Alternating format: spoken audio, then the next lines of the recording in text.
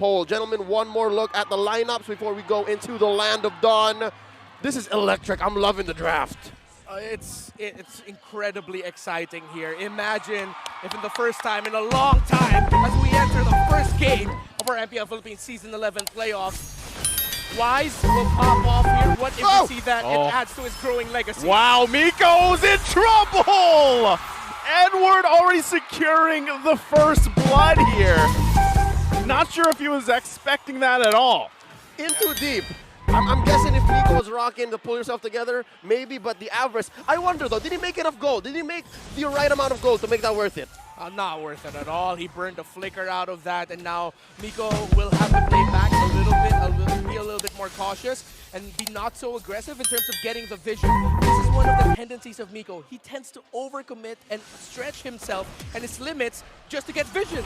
Okay, oh my Venus already pressing the situation once again. Miko gonna be in trouble the second time he falls here. The Queen's gonna be split off though. Ryzen and Kelra should be able to get a kill off of this. A couple hits away, still gonna be going. Kelra grabs the kill, so it's a trade.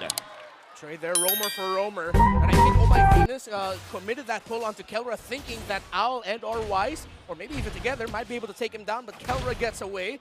A favorable trade, slightly leaning towards Omega because now there's a kill on the board here for the gold laner. Yep, it's a small requiem for the early blunder that Omega conceded. Now, we're thinking, what exactly is going to be the image for this first turtle? Another pull by V! Oh, they're still going to be going, okay. Not able to get that stun they were looking for, so still, Turtle is up here. Still, I would say, could be anyone's Turtle for this one. That's why they're going to go ahead, take dominance of the area. Edward going to jump in, going to force them back with the ultimate there, secured by Ryzen. And it looks like Blacklist International just wants to call the retreat. They gave up the objective, couldn't get it.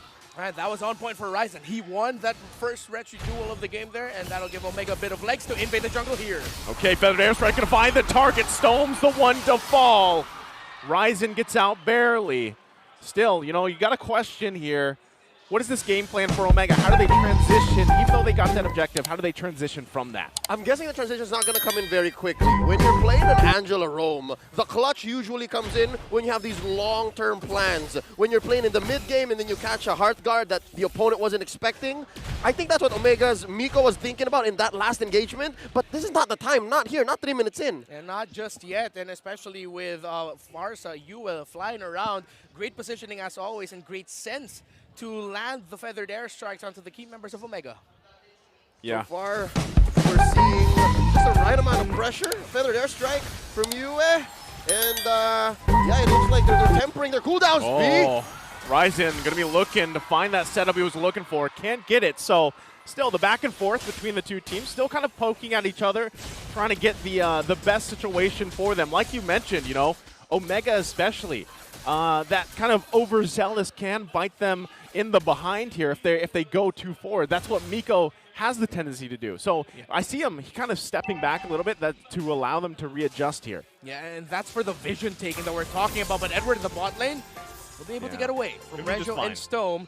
I have to say, I like this pace that Omega are playing at, because if you play too cautiously against Blacklist and just allow Blacklist and both teams to just farm up, they will outmaneuver you and outplay you in the objective takes. Omega are being brave about this, a little bit too messy sometimes with the decision making, but this is the right call. If they can clean it up, this is good news for Omega.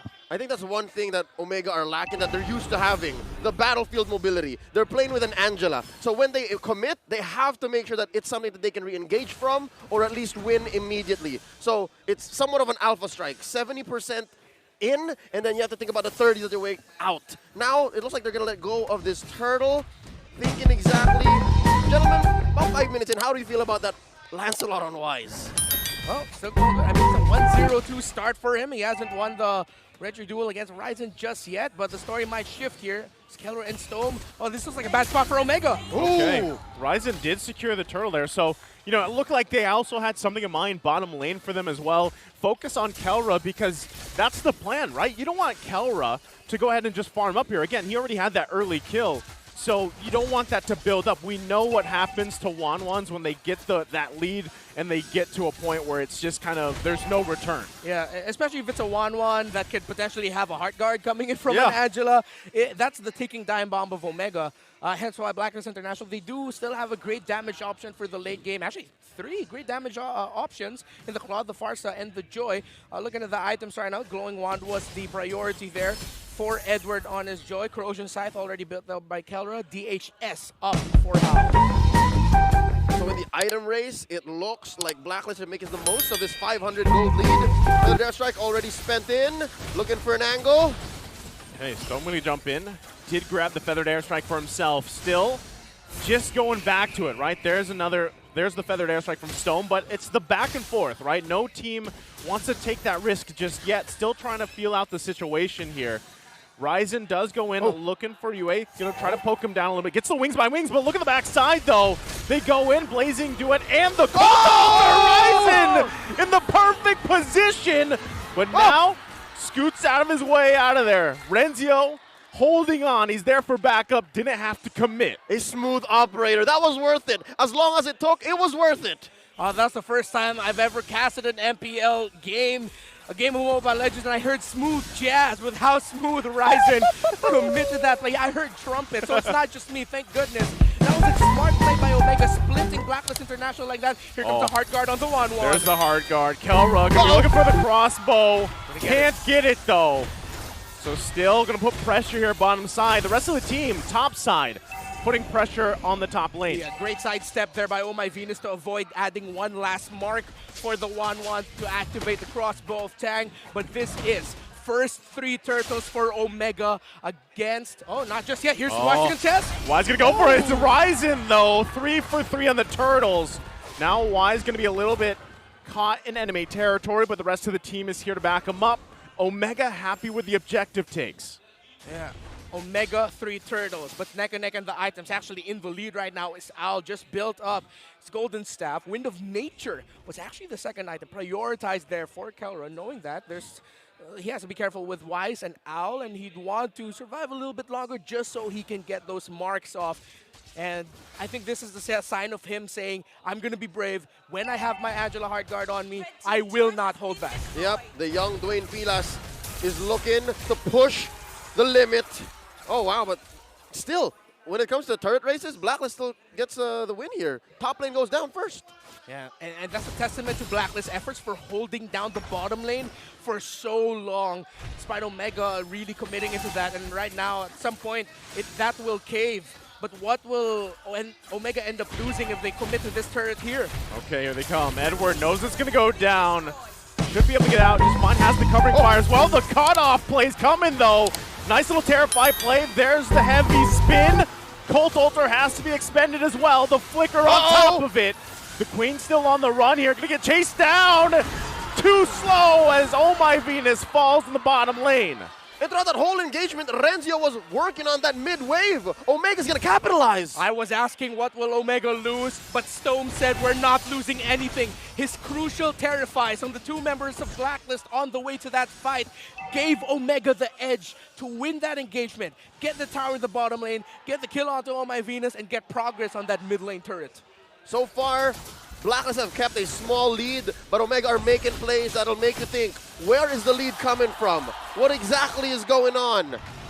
What will be the clutch move that Omega pulls in? Because the Angela, yes, it's putting a little bit of extra confidence in the tank for the young Dwayne Pilas for the gold standard, but we haven't really seen them capitalize yet. Where's that early to mid-game lead? Yeah, it's a testament of Blacklist International's great handling of the side lanes, the minions, and the pushes that Omega want to do. Even though Omega are putting so much focus into winning skirmishes and lanes, they're making sure that the other lanes and the other minion waves are being handled well. That's why Omega hasn't found the turnaround yet. Oh, this is going to be scary, though, too. Now Kelra is here. There's the hard guard on top of it. Going to chase them down, force them back. Owl on the run here. Kelra still going for it. And all the meanwhile, Owl goes back with BMI. He falls to Renzio. Edward comes in. Wise still waiting patiently. Lord gonna be worked on here. Wise half health, trying to heal back up. Stone gonna fall though. Takes too many hits.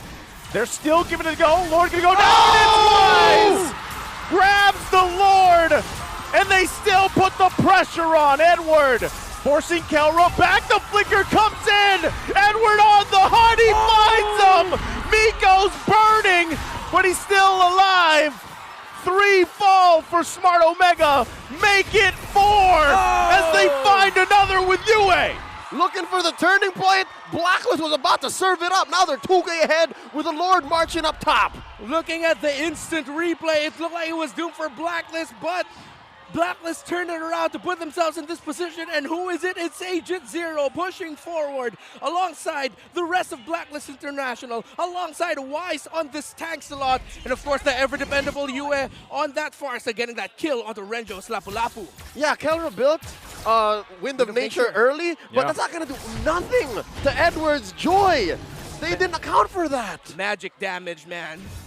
Crazy amount of magic damage coming out from that Farsa Joy especially, and of course a little bit from that Faramis. Let's see if, yes he is, Kelra on the way to building that Athena shield. Potentially would help him a lot to survive the onslaught of damage coming in from Blacklist, as Edward already has the Divine Glaive up. So even though the Athena shield will help, it will still hurt like crazy.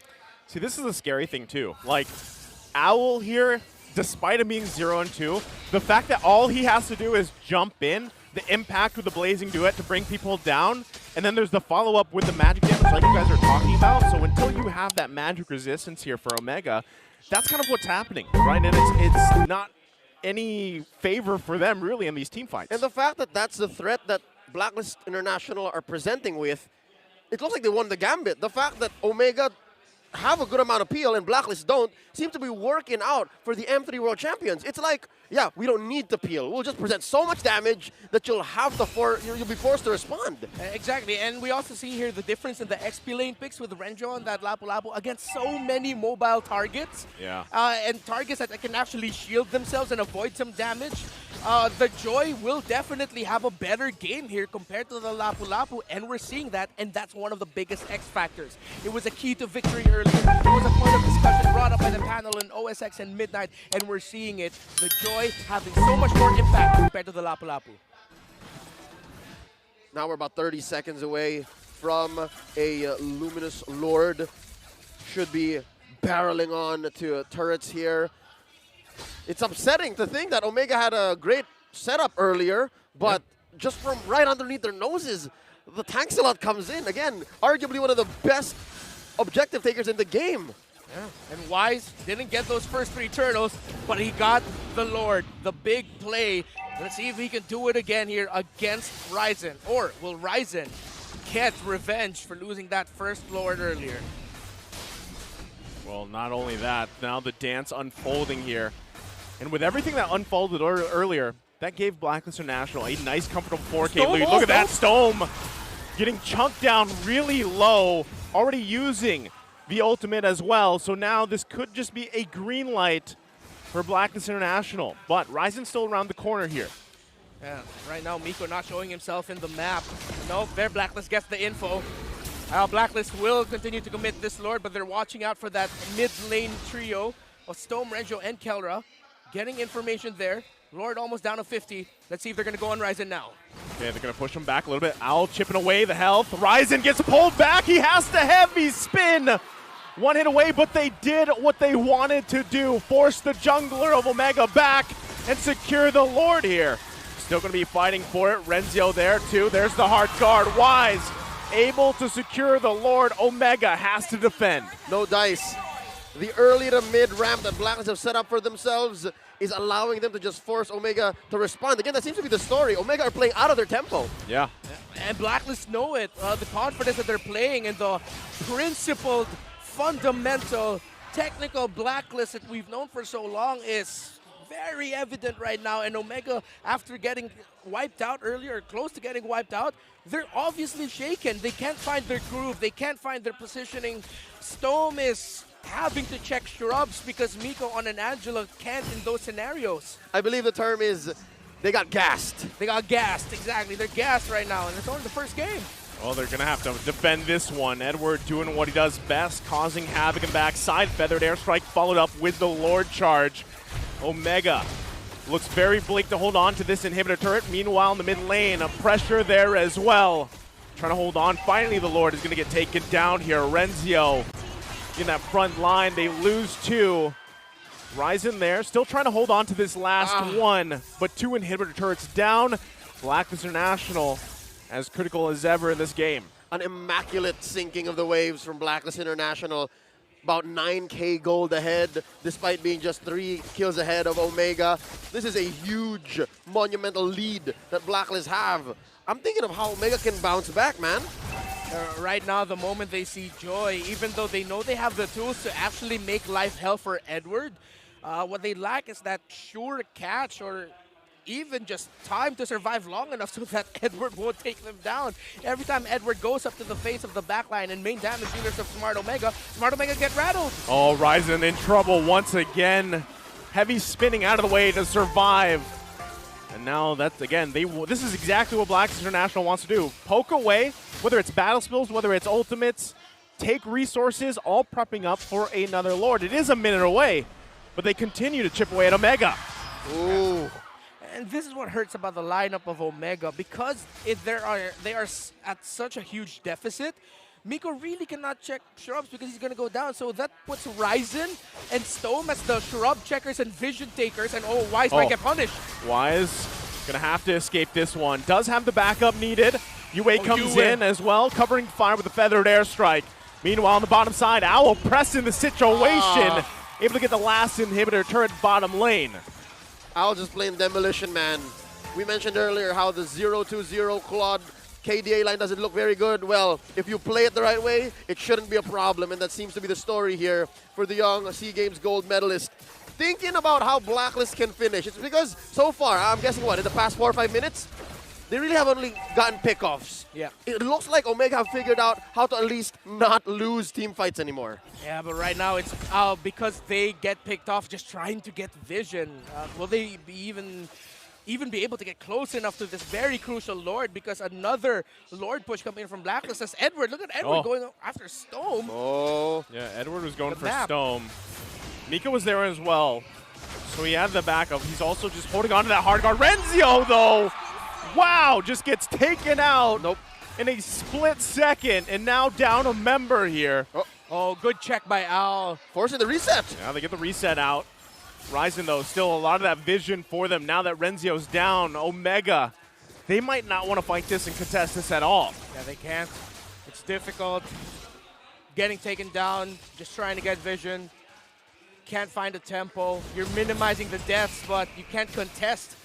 And this is a very crucial target. It's an evolved Lord, but Blacklist is taking their time. Ryzen! Oh! Owl once again going to whittle down Ryzen, but this time he can't escape. So this is clearly the sign for Blacklist International to take their next Lord and get ready for the march in to possibly end this game number 1. Blacklist are playing for the here and now. That's a great play. Free pickoff, free Lord, yes. But it looks like Omega, if I'm reading the situation correctly, might be playing for the long game. Yeah. I think after this Lord, if they somehow survive this, they might find a way in. If they somehow survive this, it'll come off of the back of a 3-2 or even 3-1 trade. Maybe even 4, but that's difficult. It's going to be tough. They have to be lucky. That's how dire it is right now for Omega. You need a clutch crossbow of Tang. Yeah, one big crossbow of Tang. Yeah. Will shake things And that's up. a Malefic Roar, so... Yeah. Okay. But it's a testament to Blacklist International and their abilities. They've avoided a massive crossbow of Tang the entire game. It's been 19 minutes that we haven't seen a big crossbow of Tang coming out from Kelros 1-1. We're going to find out if they can do it here. Feathered airstrike coming down. Ryzen with a heavy spin finds Yue here. Can they grab a kill? Hard guard on Kelros. Oh! Going to be looking for it. There he goes. Renzio's going to fall here. They finally get it off, but it's not enough. The damage just is not there as member after member fall. And Blacklist International will take game number 1.